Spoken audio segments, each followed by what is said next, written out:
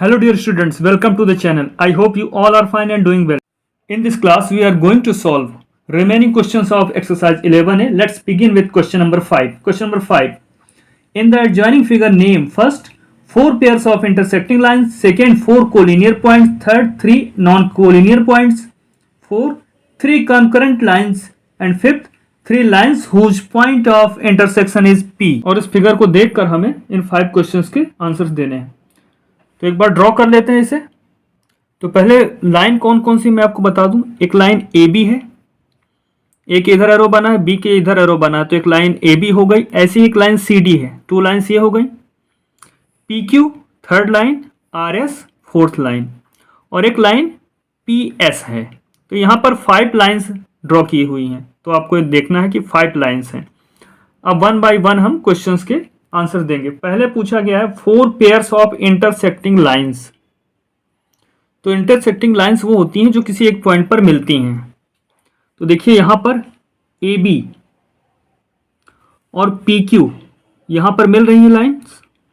A B और P Q इस point पर मिल रही हैं, क्यू पॉइंट पर ए बी और पी क्यू यहां पर मिलती हैं। तो एक इंटरसेक्टिंग लाइन का पेयर ये हो गया, तो इसे लिख लेते हैं ए बी और पी क्यू ये क्या है, इंटरसेक्टिंग लाइंस का पेयर है। दूसरा ए बी और आर एस, देखिए एक लाइन ए बी गई है, एक आर एस, तो यहां ये भी आपस में एक पॉइंट पर मिलती हैं। तो ए बी आर एस। अब देखिए ये क्या है, लाइंस हैं, तो इनके ऊपर इस तरह का एरो वाला सिंबल बनाते हैं जिसमें दोनों तरफ एरो लगा हो। 2 पेयर हो गए, 2 पेयर और चाहिए।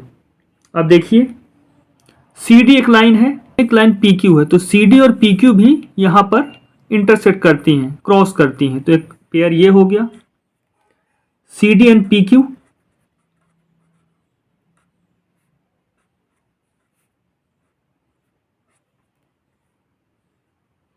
एंड एक पेयर और चाहिए। तो देखिए सी डी ये यहां से यहां तक लाइन है सी डी और एक आर एस एक लाइन है, ये यहां पे इंटरसेक्ट कर रही है, एक पॉइंट पर मिलती हैं। तो कोई भी 2 लाइन्स जिनके बीच कोई एक पॉइंट कॉमन हो इंटरसेक्टिंग लाइन कहलाती हैं। तो यहां पर सी डी और आर एस भी इंटरसेक्टिंग लाइन है, तो हम लिख लेते हैं सी डी और आर एस, ये पेयर भी इंटरसेक्टिंग लाइन का पेयर है। तो इस तरह से हमने क्वेश्चन नंबर 5 के फर्स्ट पार्ट को किया। अब सेकंड पार्ट पूछता है 4 कोलिनियर पॉइंट्स। तो 4 कोलिनियर पॉइंट्स क्या होंगे, वो पॉइंट जो एक ही लाइन में हो, एक ही स्ट्रेट पाथ में हो। तो देखिए सी पी आर डी ये 4 कोलिनियर पॉइंट्स हैं। ऐसे ही ए क्यू एस बी ये भी 4 कोलिनियर पॉइंट्स है। तो आप कुछ भी लिख सकते हैं इन दोनों में से। तो मैं ए क्यू एस बी ये लिख लेता हूं, ये 4 पॉइंट्स क्या है, कोलिनियर पॉइंट्स हैं। R A Q S B ये एक ही पाथ में है, एक ही स्ट्रेट पाथ पे हैं, एक ही स्ट्रेट लाइन पर हैं, तो ये कोलिनियर पॉइंट्स कहलाएंगे। थर्ड पूछा है 3 non collinear points. 3 non collinear points, ऐसे 3 पॉइंट जो एक लाइन में ना हो, जैसे सी पी एस ये एक लाइन में नहीं है, पी आर एस ये भी एक लाइन में नहीं है, ए क्यू पी ये भी एक लाइन में नहीं। ऐसे तो बहुत सारे नॉन कोलिनियर पॉइंट है, तो हम कुछ भी लिख लेते हैं, ए क्यू पी ही लिख लेते हैं। सबके आंसर अलग अलग हो सकते हैं इसमें, क्योंकि ऐसे बहुत सारे नॉन कोलिनियर पॉइंट है। तो मैं यहाँ पर ए क्यू और पी, क्या ये तीनों एक लाइन में हैं, ए क्यू क्या आगे पी है, नहीं, ए क्यू पी इधर है, यानी तीनों एक लाइन में नहीं है, इसलिए नॉन कोलिनियर पॉइंट्स कहलाते हैं। तो A Q P non collinear points होंगे। इसका फोर्थ देखते हैं। फोर्थ में पूछा है 3 कॉनकरेंट लाइंस। तो कॉनकरेंट लाइंस वो होती हैं जो एक पॉइंट पर मिलती हैं, बट क्या होना चाहिए, कम से कम 3 लाइन होनी चाहिए। 3 या 3 से ज़्यादा लाइन किसी एक पॉइंट पर मिलती हैं तो ही वो कॉनकरेंट लाइन कहलाती हैं। तो देखिए इस पॉइंट पी पर 3 लाइन मिल रही हैं, कौन कौन सी, सी डी, पी एस और पी क्यू। या आप लिखना चाहे तो ये भी लिख सकते हैं, ए बी एक लाइन है, आर एस एक लाइन है और एक लाइन पी एस है। तो ये भी तीनों लाइन मिल रही है। तो आप जिस भी ग्रुप को लिखना चाहे लिख सकते हैं। तो हम इसे लिख लेते हैं, ए बी एक लाइन है,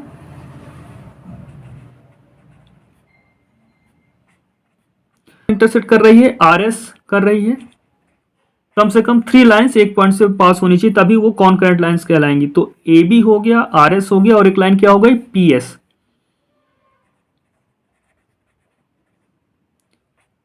ये कॉन्करेंट लाइंस कहलाएंगी। 3 lines whose point of intersection is P, तो हम पहुंचते हैं P पर। अब P पर कौन सी 3 लाइंस मीट करती हैं या पास होती हैं? तो देखिए, एक लाइन CD है, एक PQ है और एक PS है। ये तीनों लाइन कहाँ पर क्रॉस करती हैं एक दूसरे को? तो all 3 lines passes through point P, तो पॉइंट P को ही क्या कहेंगे? Point of intersection. तो 3 लाइंस हमें मिल चुकी हैं, PS, CD एंड PQ। लिख लेते हैं इसे भी।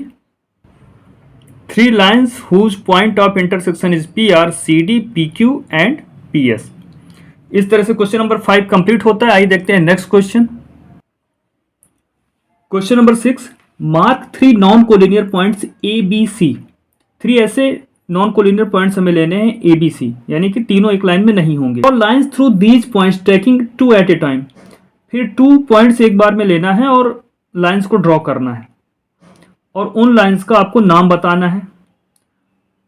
अब ये भी पूछा है how many such different lines can be drawn, कितनी लाइंस ड्रॉ कर सकते हैं। तो चलिए पहले 3 पॉइंट्स हम ड्रॉ कर लेते हैं CAB, जैसा कि बुक में दिया हुआ है। अब एक टाइम पे आपको कोई भी 2 पॉइंट्स लेने हैं और लाइन ड्रॉ करनी। तो देखिए A और C। अब फिर 2 पॉइंट्स लेते हैं A और B, इनसे कोई लाइन ड्रॉ कर देते हैं। तो एक लाइन ये हो गई। B और C, इनको लेते हुए हम एक लाइन ड्रॉ कर सकते हैं।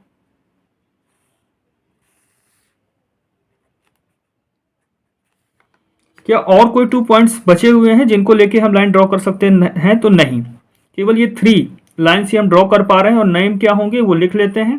और नंबर ऑफ लाइन्स कितनी होगी जो हम ड्रॉ कर सकते हैं वो 3 हैं। तो आंसर लिख लेते हैं इसका। Lines are AB, BC and CA लिखना चाहें या AC एक ही चीज़ है तो CA लिख लेते हैं CA। तो कितनी लाइंस ड्रॉ कर पा रहे हैं? 3 लाइंस ड्रॉ कर पा रहे हैं। तो how many such different lines can be drawn, तो हम लिखेंगे 3 different lines can be drawn, hence 3 different lines can be drawn. तो 3 नॉन कोलिनियर पॉइंट से हम 3 ही डिफरेंट लाइंस ड्रॉ कर सकते हैं, उनके नाम ये दिए हुए हैं। आइए देखते हैं next question. Question number 7, count the number of line segments drawn in each of the following figures and name them. जितने फिगर्स बने हुए हैं उनमें बहुत सारे लाइन सेगमेंट्स हैं, उन्हें काउंट करना है और उनका नाम लिखना है। तो आइए देखते हैं फिगर 1। तो लाइन सेगमेंट क्या होता है? किन्हीं भी 2 पॉइंट्स का जो स्ट्रेट पाथ होता है वो लाइन सेगमेंट कहलाता है, जो आगे एक्सटेंड नहीं हो रहा है। तो A से B तक एक स्ट्रेट पाथ है, तो एक लाइन सेगमेंट ये हुआ AB, एक AD और एक AC, 3 लाइन सेगमेंट हुए। अब B की बात करें तो BD और BC, 2 ये हो गया 5, और D और C के बीच भी एक स्ट्रेट पाथ है तो DC ये हो गया 6। तो इस फिगर में 6 लाइन सेगमेंट्स हैं, तो नाम लिख लेते हैं। There are 6 line segments. AB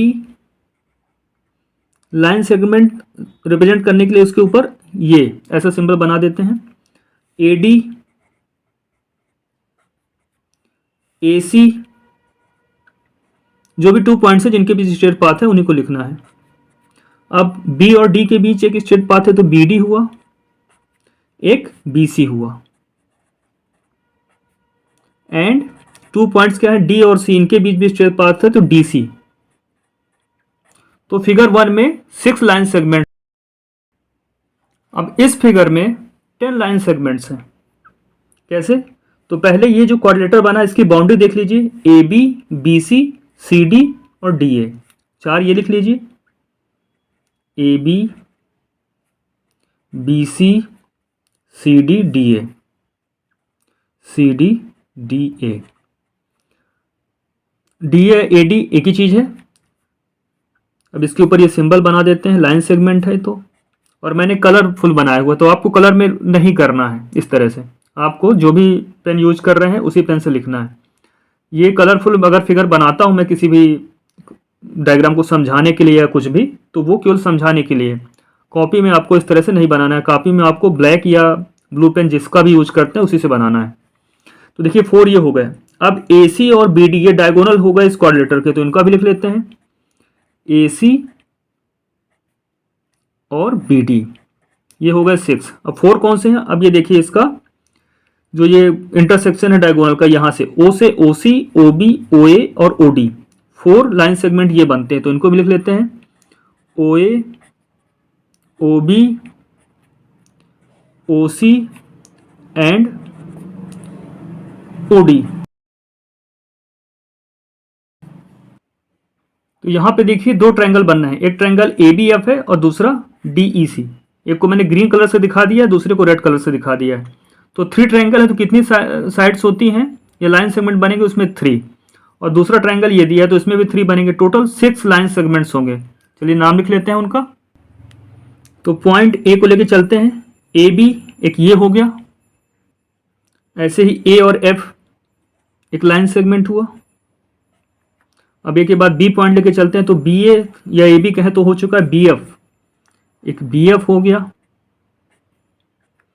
अब पॉइंट सी की बात करें तो सी से डी के बीच एक स्ट्रेट पाथ है, तो सी डी एक लाइन सेगमेंट है, इसी तरह सी ई भी एक लाइन सेगमेंट है। अब डी पे आते हैं, तो डी सी तो हो चुका है, सी डी लिखा हुआ है यहाँ पर, डी ई एक लाइन सेगमेंट डी ई है। इस तरह से 6 लाइन सेगमेंट्स इस फिगर में हैं। आइए देखते हैं क्वेश्चन नंबर 7 का लास्ट फिगर, यानी फिगर नंबर 4। ये क्यूबॉइड का फिगर है और इसकी जो एजेज हैं वो किससे, वो क्या है? वो लाइन सेगमेंट है। तो चलिए बॉटम में देखते हैं, A B, B C, C D, D A, जो ये इसका बॉटम है, तो ये लाइन सेगमेंट क्या हुए? ए बी, फिर बी सी, फिर सी डी और डी ए। अब इसके टॉप में देखते हैं, E F, E F, F G, जी एच, एच ई। तो ई एफ हो गया, एफ जी, जी एच और ये लिखा है एच ई। तो कंफ्यूजन में मत रहिएगा, एच ई या ई एच एक ही चीज है। अब वर्टिकल से देखते हैं, जो ये ऊपर से नीचे आई हैं, तो ए से गई है ए ई, इसको लिख लेते हैं ए ई, और बी से गई है ऊपर की तरफ बी एफ, ये एक लाइन सेगमेंट है। ऐसे सी से ये बॉटम के पॉइंट और टॉप के पॉइंट, यानी सी और जी के बीच एक लाइन सेगमेंट है, सी जी। एंड ये देखिए डी और एच, डी एच एक लाइन सेगमेंट यहाँ फॉर्म हो रहा है। इस तरह से 12 लाइन सेगमेंट्स इस फिगर में थे। इस तरह से क्वेश्चन नंबर 7 कंप्लीट होता है। आइए देखते हैं next question number 8। Consider the line P Q given below. P Q एक लाइन दी हुई है, ठीक है, and find whether the given statements are true और फॉल्स। और कुछ स्टेटमेंट्स दिए हुए हैं, आपको ये बताना है क्या ट्रू है या फॉल्स है। तो फर्स्ट दिया हुआ है, M is a point on ray N Q. तो एन क्यू रे का मतलब क्या है? जिसका इनिशियल पॉइंट एन है और क्यू की डायरेक्शन में ये एक्सटेंड हो रही है, तो एन क्यू। तो इसमें बोला है क्या? इसमें एम पॉइंट है, M is a point on ray N Q. तो यहां पर तो हमें कोई इस डायरेक्शन में एम पॉइंट नहीं दिख रहा है, तो ये क्या है? फॉल्स है, तो फॉल्स लिखेंगे। सेकेंड दिया L is a point on ray M P. तो एम इनिशियल पॉइंट है और पी डायरेक्शन में एक्सटेंड हो रही है रे, तो एम पी रे हुई। तो इसमें क्या एल पॉइंट है कहीं पर? तो एल पॉइंट दिख रहा है हमें, तो ये ट्रू है। थर्ड में दिया है ray M Q is different from ray N Q. तो एम क्यू कहाँ है? एम से क्यू डायरेक्शन में जा रही है, और एन क्यू एन से क्यू डायरेक्शन में जा रही है। तो क्या ये दोनों रे डिफरेंट है? दोनों रे डिफरेंट है। एम क्यू का इनिशियल पॉइंट क्या है? एम है, जबकि रे एन क्यू का इनिशियल पॉइंट एन है। तो दोनों के इनिशियल पॉइंट अलग अलग हैं, तो ये रे डिफरेंट हुई। अब फोर्थ देखते हैं, L M N are points on line segment L N. तो ये एल एन एक लाइन सेगमेंट है, और इसमें कौन कौन से पॉइंट है? एल एम और एन, 3 पॉइंट्स हैं। तो यही तो लिखा हुआ है कि L M N are points on line segment L N. बिल्कुल ठीक है, ये ट्रू है, ट्रू लिखेंगे क्योंकि L M N line segment L N पर है। फिफ्थ दिया है रे L P is different from रे एल क्यू। तो एल पी एंड LQ, दोनों अपोजिट डायरेक्शन में रे हैं। LP इधर जा रही है तो LQ इधर जा रही है, तो दोनों ही रे क्या डिफरेंट है? तो बिल्कुल डिफरेंट है। यहां पर हम ट्रू लिखेंगे। इस तरह से क्वेश्चन नंबर 8 कंप्लीट होता है। Question number 9, right T for true and F for falls in case of each of the following statements. तो जो भी स्टेटमेंट ट्रू है तो उसके लिए आपको T लिखना है, और जो स्टेटमेंट फॉल्स है उसके लिए F लिखना है। तो फर्स्ट में दिया है every point has a size, तो इसका क्या होगा? फॉल्स होगा। यहां पे हम F लिखेंगे। क्यों? Because point has no length no breadth, क्योंकि पॉइंट में ना ही लेंथ होती है ना ही ब्रेथ होती है, तो उसके में उसका कोई साइज नहीं होता है। अब सेकेंड है a line segment has no length, तो ये फॉल्स है, क्योंकि एक लाइन सेगमेंट में क्या होती है? फिक्स्ड लेंथ होती है, तो ये फॉल्स है। यहाँ F लिखेंगे। थर्ड, एवरी रे हैज ए फाइनाइट लेंथ, तो रे और लाइन की कोई फाइनाइट लेंथ नहीं होती, तो किसी भी रे की फाइनाइट लेंथ नहीं होगी, यहाँ पे हम फॉल्स लिखेंगे। The ray AB is the same as the ray BA, AB का मतलब है उस रे का इनिशियल पॉइंट A है, जबकि रे BA का मतलब है उसका इनिशियल पॉइंट B है, तो दोनों सेम कैसे हुई? नहीं हुई, तो यहाँ पर F लिखेंगे। The line segment A is the same as the line segment BA, AB और BA, आप लाइन सेगमेंट में AB और BA, AB को BA लिख सकते हो, BA को AB लिख सकते हो, सेम चीज़ है, तो ये ट्रू है। 6 में दिया the line AB is the same as the line BA, बिल्कुल ठीक है, क्योंकि इसमें कोई भी एंड पॉइंट होता नहीं है, तो आप AB लिखें या BA लिखें, सेम ही चीज़ है, तो ये ट्रू है। 7th में दिया है 2 points A and B in a plane determine a unique line segment. एक प्लेन में अगर 2 पॉइंट्स हैं AB, तो उनसे एक ही लाइन सेगमेंट बनेगा, तो बिल्कुल उन 2 पॉइंट्स के बीच में एक स्ट्रेट पाथ बनेगा, वही लाइन सेगमेंट कहलाएगा, तो ये ट्रू है। 2 intersecting lines intersect at a point, तो बिल्कुल सही है, 2 इंटरसेक्टिंग लाइन एक ही पॉइंट पर इंटरसेक्ट करेंगी, तो ये ट्रू है। 9th में दिया है 2 intersecting lines intersect at a point, 9th में दिया है 2 intersecting planes intersect at a point, तो ये फॉल्स है। कोई भी 2 प्लेन जो इंटरसेक्ट करते हैं वो कहां पर मिलेंगे? एक लाइन पर मिलेंगे।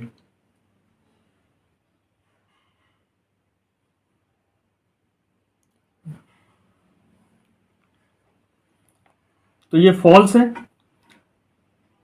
10th में दिया है if points ABC are collinear and points CDE are collinear then the points ABCDE are collinear, तो ये फॉल्स है। अब फॉल्स क्यों है मैं आपको दिखाता हूं।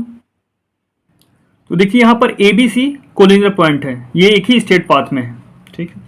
अब CDE ये भी कोलिनियर पॉइंट है, तो ये भी एक स्ट्रेट पाथ में होंगे ये। अब क्या ABCDE क्या ये पांचों पॉइंट एक स्ट्रेट लाइन में है? तो स्ट्रेट लाइन में नहीं है, तो ये कोलिनियर पॉइंट नहीं होंगे।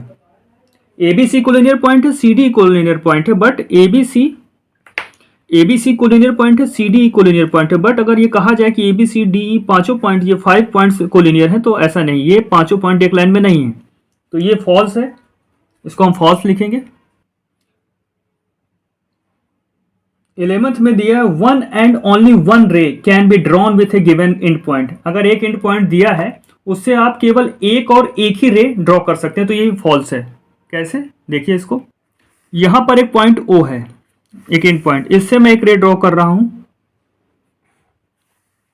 और इस रे का क्या नाम है? यहां पर A लिख देता हूं, OA एक रे हो गई। तो क्या एक एंड पॉइंट से केवल एक ही रे ड्रॉ हो सकती है? नहीं। देखिए दूसरी रे में ड्रॉ करके दिखाता हूं आपको, ये यहां B लिख देता हूं, तो एक रे OB भी हो गई, ऐसा ये एक रे OC हो गई, तो ऐसे इनफाइनाइट रेज आप बना सकते हैं एक ही एंड पॉइंट से, तो ये फॉल्स है। तो 11th में हम F लिखेंगे। 12th में दिया हुआ है 1 and only 1 line can be drawn to pass through 2 given points, तो 2 पॉइंट्स अगर दिए हैं तो उससे हम केवल एक और केवल एक ही लाइन ड्रॉ कर सकते हैं, तो ये ट्रू है, ये ट्रू है। 12th में दिया है an unlimited number of lines can be drawn to pass through a given point, तो ये आपको पहले ही बताया गया था कि एक पॉइंट से आप unlimited number of lines draw कर सकते हैं, तो ये ट्रू है। आइए देखते हैं question number next. Question number 10, fill in the blanks. जो ब्लैंक स्पेस है वहां पे आपको करेक्ट वर्ड या न्यूमरल फिल करना है। तो 1 में दिया है, a line segment has a length. तो line segment has definite length. Line segment, line और रे में डेफिनेट लेंथ किसकी होती है? लाइन सेगमेंट की होती है, तो यहां डेफिनेट फिल करेंगे। सेकंड है, रे हैज एंड पॉइंट। रे के पास कितने एंड पॉइंट होते हैं? एक एंड पॉइंट होता है और एक ही डायरेक्शन में एक्सटेंड करता है, तो यहां पर हम 1 लिखेंगे। Third, a line has and point. Line में तो कोई एंड पॉइंट नहीं होता, तो यहां लिखेंगे no. A line has no end point. Fourth दिया है, ए रे हैज नो लेंथ। तो रे और लाइन दोनों में ही फिक्स्ड लेंथ नहीं होती है या डेफिनेट लेंथ नहीं होती है, तो हम क्या लिखेंगे? A ray has no definite length. Fifth दिया है, a line be drawn on a paper. तो line can not be drawn on a paper. हम केवल रिप्रेजेंट कर सकते हैं, ड्रॉ किया जा सकता है केवल लाइन सेगमेंट। तो इस तरह से क्वेश्चन नंबर 10 कंप्लीट होता है और इसी के साथ एक्सरसाइज 11A कंप्लीट होती है।